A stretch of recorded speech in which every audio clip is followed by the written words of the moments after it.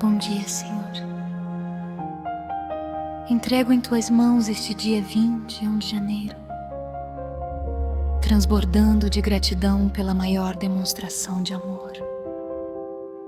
Porque Deus tanto amou o mundo que deu o Seu Filho unigênito, para que todo que nele crer não pereça, mas tenha vida eterna.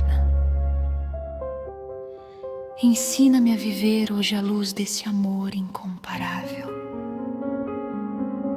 Que a certeza do Teu sacrifício molde minhas ações, encha meu coração de segurança e me impulsione a amar os outros com a mesma entrega radical.